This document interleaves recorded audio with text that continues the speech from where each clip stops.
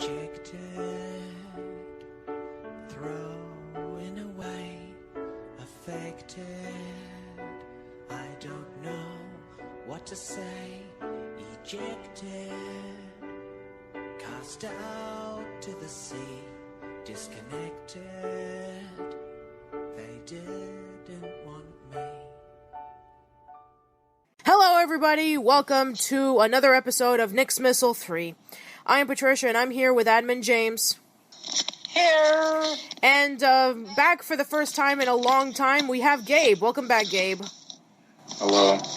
Now, over the years, Nickelodeon did wanted to do various movies based off their properties, and one of them was going to be about the adventures of Pete and Pete, the classic 1993 live-action show created by Will McRobb and Chris Viscardi. Now, this idea was around during, the early 90s, in which Will McRobb wanted to do a movie that was going to be even bigger, better, and even more insane than the TV show. Unfortunately, the movie was delayed for a couple of years, so much so in which the actors who eventually grew too old to portray their roles, and then eventually Paramount just kind of, changed the script up a little bit to make it more, more for a general audience. So, yeah, this movie would have probably came out around the late 90s. Eventually, the Pete and Pete movie didn't happen, and then, of course, we have gotten Snow Day, in which Will McRobb and Chris Viscardi decided to start off from scratch, and they had to do Snow Day. Now, let's talk about how we feel about this. So, what do you think a Pete and Pete movie would have been like if it would have came to cinema? Gabe? I have no clue. I don't think it would have translated well, though. I think it would have worked better as just a TV show. I think it really depends on what they were doing, though, because Pete and Pete was really good, so it could have been really good, but, it all depends on, what the script was and everything. Yeah, well, I had to talk about this with Will McRobb a couple of months ago, and the only thing that he told me is that it was going to be just like the show, except that they were going to go even more surreal and more crazy. But as for what the story was, I don't even know myself. But yeah, he said it would have been. I wonder if it would be kind of like an anthology thing, or if it would have been just one long story. Because it makes it, kind of makes me wonder how they would have dragged it out for an hour and a half. Yeah, it probably would have been maybe an anthology or one whole story. Kind of like how Snow Day kind of did it, in which it focused on 3 different people, and then the stories kind of came together with this one thing in common. I wouldn't have been surprised if maybe it would have been like that. Or maybe it would have just been various stories that are happening around the same time. Similar to how the show was. James, what do you think? How do you think a Pete and Pete movie would have fared out? Well, a Pete and Pete movie would have actually been fascinating to see, I guess. I love the show. It's one of my favorite 90s Nick shows ever made. So, I think they would have taken the movie in a creative direction. Mm-hmm.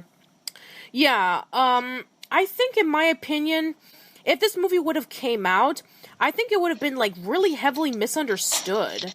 If you were a person who had never seen The Adventures of Pete and Pete, and you see something play out like this in a big screen, I think it would have confused a lot of people. Let me just let you know, this was, a few years before Wes Anderson started off with his independent movies. And Wes Anderson, for a lot of people who don't know, he's responsible for a lot of movies such as, The Royal Tenenbaums, Moonrise Kingdom, Fantastic Mr. Fox, and the more recent movie that he did about the hotel. The Grand Budapest Hotel, that's what it is. Yeah, the Grand Budapest Hotel. Wes Anderson is very, very well known for doing, these kind of quirky, surreal stories about everyday life, but it's, kind of played very strangely, in which the characters are portrayed very intellectually, and there's this underline of parodying suburban life or something like that. For example, if you've ever seen Moonrise Kingdom, in which the kids are portrayed very intellectual, and then the grown-ups are acting like they're clueless. Doesn't that star Bruce Willis? Yes, that's the one that has Bruce Willis, Edward Norton, and Bill Murray, and a whole bunch of other people. Yeah, that's the one. It's the one that takes place in the 1960s, and it's about these 2 kids who fall in love with one another and they run away toward the woods because they're forbidden to meet up with one another. Yeah, it's a really good movie, by the way. If you haven't seen that movie, it's one of the most charming family films that it had ever came out over the last 10 years.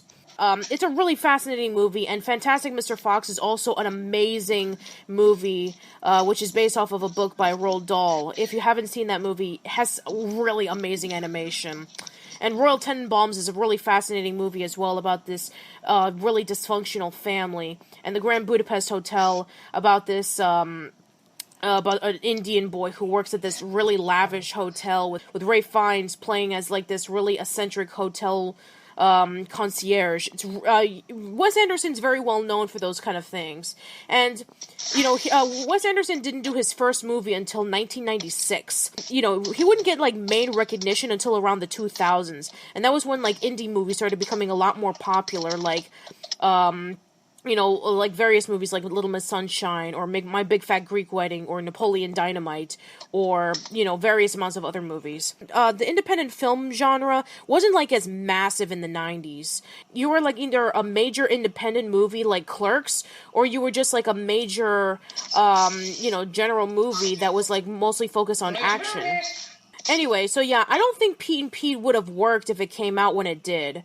I think it would have, I think similar to the show, it would have gained a bit of a cult following, and maybe that cult following would have grown over the past couple of decades, but I don't think it would have been like a massive hit for Nickelodeon. I don't think, Nickelodeon would have, garnered that much, notoriety with that movie. But in my opinion, I think this would have changed the way cinema would be, because I think it would have been more open-minded for people to, have these kind of quirky, surreal movies.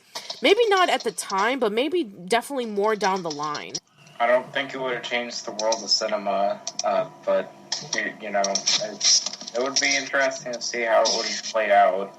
Because I can't think of really any possibilities of what could be done with an hour and a half long movie, because I think it just works best as a TV show. But I think that Chris Viscardi and Will McGraw would have thought of something that would have been interesting to see what they could. With Chris Viscardi looking to reboot all properties, I wouldn't be surprised if this was one of them. I mean, he created he co-created the show to begin with. I really hope they don't bring back Pete and Pete. Yeah, I don't think Pete and Pete would work in this kind of day and age in which, a lot of the shows that are being revived aren't that kind of Pete and Pete quality. I mean, we've had shows in recent years in which it does go for, like, more of the independent style. If you ever seen, like, channels such as IFC, in which they do have a lot of those independent TV show quality sitcoms, but it's not as surreal as Pete and Pete. I don't think anything like Pete and Pete could work in this day and age. I mean, it was perfect for when it came out in the 90s, and I think, for what it is now, I think that it should stay that way. The show was perfectly fine the way it is. I mean, it would be awesome if maybe they could come back for maybe like a TV reunion special, but as for a revival, I don't think so. I mean, heaven forbid if they would reboot it and have, like, new cast members trying to portray as Pete and Pete and having the same thing that happened before. I can't even see that happening unless Wes Anderson was working on it. I mean, as far as I know, Wes Anderson is, like... all the Nick reboots, to be honest, for the most part. Oh. So, and Pete and Pete is fine. So they shouldn't mess with it. Alright, that's fair enough. Messing with it and making new episodes, they should just the rights to the music and release the rest of the episodes on DVD. Well, they already did it for season 3. That would be nice. I mean, I know that season 3 has the most music that was released during that time with more artists, so that's going to be a lot harder to work with, but yeah, they should release season 3. Anyway, so the next question that I want to ask is that now we already talked about, how we would have felt of a Pete and Pete movie and how it would have changed everything. Now, how do you think it would have changed the quality of the show if the movie would have came out? Do you think that maybe the show would have been canceled much sooner? Do you think that maybe it would have been like a really big, odd thing that Nickelodeon ever released? I mean, how do you think that would have happened? I have no clue, but I just imagine everything would just play out the same way, except it would have a movie. Because this would probably come out by the time season 3 is already happening. and I couldn't see the movie doing too terribly well at that point, so, I think the show would just end, and then they would just have a movie to go with it. Mm-hmm. What do you think, James? I don't think it would have exactly changed. I think it would just be a perfect closer to the series, and will be fondly remembered years on, but I don't think it would have changed the world of theatrical movies or anything like that. Well, the last episode was a fine closer for the series, though. Where Pete went over to the barber shop and he pretty much almost got his head shaved? Yeah, there was a little more to that episode, I'm pretty sure. Oh yeah, there's more to it, of course, where, big... I just think the ending of the episode just was fine. Yeah, I understand. We still have the Adventures of Danny and Mike podcast, which that podcast does have kind of like a Pete and Pete intro with Mike doing the introductions and Danny coming along and telling his stories. So yeah, Pete and Pete has had reunions over the years. Like, there was the reunion in New York and California. And of course, when I talked to Will McRobb a couple of months ago, he told me that the last reunion that Pete and Pete would ever have was the last year in which San Francisco Sketchfest met up and they had the whole cast together and Polaris performed. Anyway, bottom line, the Pete and Pete movie probably wouldn't have garnered any viewers when it first came out. Even if people did see it, they probably would have been confused and probably wondering, what is this? Because the independent movies pretty much wasn't like that kind of style back in the day until Wes Anderson came along. And even then, Wes Anderson didn't really gain a lot of notoriety until the early 2000s.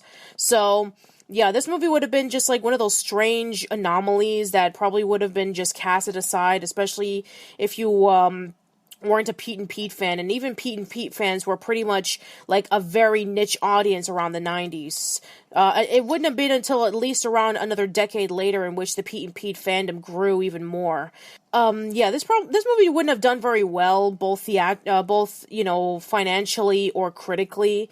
And, like I said before, it probably would have changed a lot in cinema, because maybe there would have been, people who have been looking at this movie and saying, why don't we try to see if we can do a quirky indie kind of style, even before Wes Anderson was doing it. So, yeah, there's not really much to say about this subject, so I guess we can just wrap things up.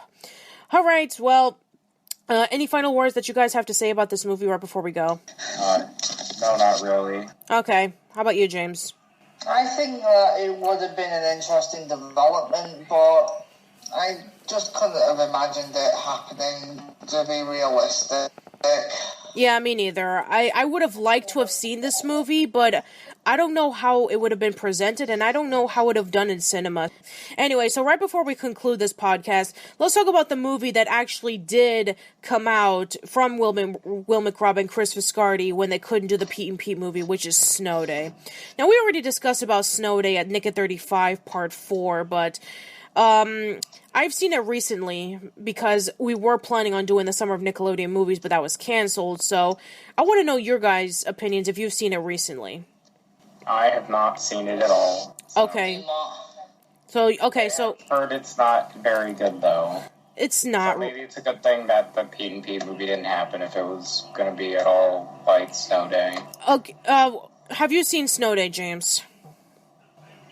Not yet. Sorry, it's just I have had problems with my ear, and I haven't really had time to watch movies. Okay, so yeah, I've seen Snow Day. I've seen Snow Day 3 times, and even from the opening credits, you can tell that this was definitely supposed to be a Pete and Pete movie, because you have the main protagonist who's a teenage boy, and he narrates about different types of snowflakes that form and fall into the ground or something like that.